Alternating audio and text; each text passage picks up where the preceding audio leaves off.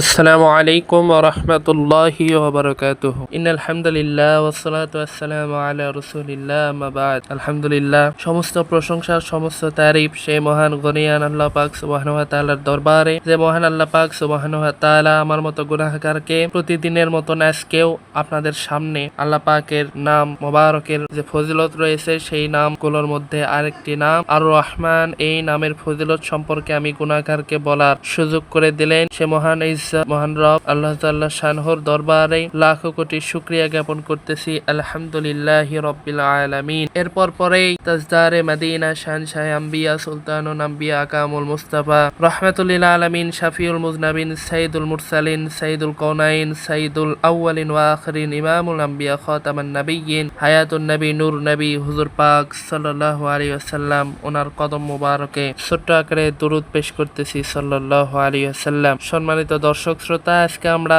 আলোচনা করব আর রহমান এই নামের ফজিলত সম্পর্কে। তো এই নামটি কোরআনের কোথায় বলা রয়েছে সে সম্পর্কে যাওয়ার আগে আমরা এর ফজিলত সম্পর্কে জেনে নিই। যে ব্যক্তি প্রত্যেক দিন 100 বার ইয়া রহমান এই নামটি পড়বে, ইনশাআল্লাহ তার অন্তর থেকে সকল প্রকার গাফিলতি দূর হয়ে যাবে এবং ফজরের সুন্নাত ও ফরজ নামাজের মধ্যবর্তী সময়, অর্থাৎ আমরা যে ফজরের নামাজটা পড়ে থাকি এর সুন্নতের পরে এবং ফরজ নামাজের আগে যদি কোনো জটিল রোগীর সামনে দাঁড়িয়ে এ নামটি এবং ইয়া আল্লাহ এ নামটি 121 বার পাঠ করা হয়, আল্লাহর রহমতে কিছুদিনের মধ্যেই রোগী আরোগ্য লাভ করবে ইনশাআল্লাহ, যদি আল্লাহ পাক সুবহানাহু ওয়া তাআলা চায়। এবং প্রত্যহ ফজরের নামাজ পর 298 বার এ নামটি জিকির করলে সে ব্যক্তি আল্লাহর প্রেম ও করুণা লাভ করবে, যে কোনো রকম বালা মুসিবত হতে মুক্ত থাকবে, সে অনায়াসে বহু নেক কাজ সাধন করতে পারবে ইনশাআল্লাহ, যদি আল্লাহ পাক সুবহানাহু ওয়া তাআলা চান। তো অবশ্যই আমাদের সকলেরই উচিত মহান আল্লাহ পাক সুবহানাহু ওয়া তাআলা ওনার যেগুলো নাম রয়েছে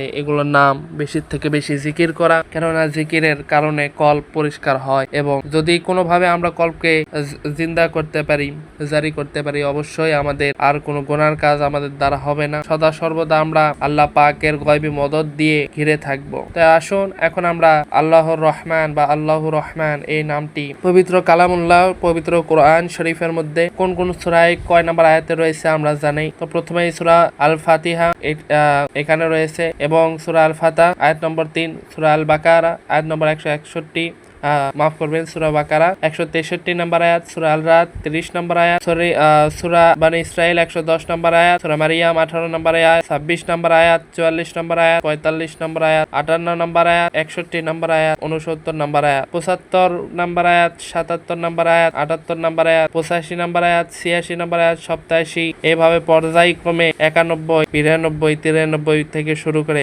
একদম 96 আয়াত পর্যন্ত এই নামটি রয়েছে। আরো রয়েছে সূরা তাহা 5 নম্বর আয়াতে, 90 নম্বর আয়াতে, 108 নম্বর আয়াতে, 109 নম্বর আয়াতে। আরো রয়েছে সূরা আল আম্বিয়া 26 নম্বর আয়াতে, 36 নম্বর আয়াতে, 42 নম্বর আয়াতে, 112 নম্বর আয়াতে, সূরা আল ফুরকান 26 নম্বর আয়াতে, 59 নম্বর আয়াতে, 60 নম্বর আয়াতে, 63 নম্বর আয়াতে, সূরা আশ-শুরার 5 নম্বর আয়াতে, সূরা আন-নামলের 29 নম্বর আয়াতে, 30 নম্বর আয়াতে, সূরা ইয়াসিনের 11 নম্বর, 15 নম্বর, 23 নম্বর, 52 নম্বর এবং হামিম সাজদার তে রয়েছে আয়াত এবং আল্লাহ পাকের এই গুণগত নাম। আরো অসংখ্য সূরার মধ্যে আল্লাহ পাক সুবহানাহু ওয়া তাআলার এই নাম মোবারক রয়েছে। তো আমরা সকলে চেষ্টা করব দৈনন্দিন কমপক্ষে হলেও 100 বার এই নামটি পড়ার জন্য। আজকের ভিডিও এই পর্যন্তই। সকলেই দোয়া করবেন আমার জন্য যেন আমি আপনাদেরকে দৈনন্দিন এরকম ভালো ভিডিও দিতে পারি ইনশাআল্লাহ। আসসালামু আলাইকুম ওয়া রাহমাতুল্লাহি ওয়া বারাকাতুহু।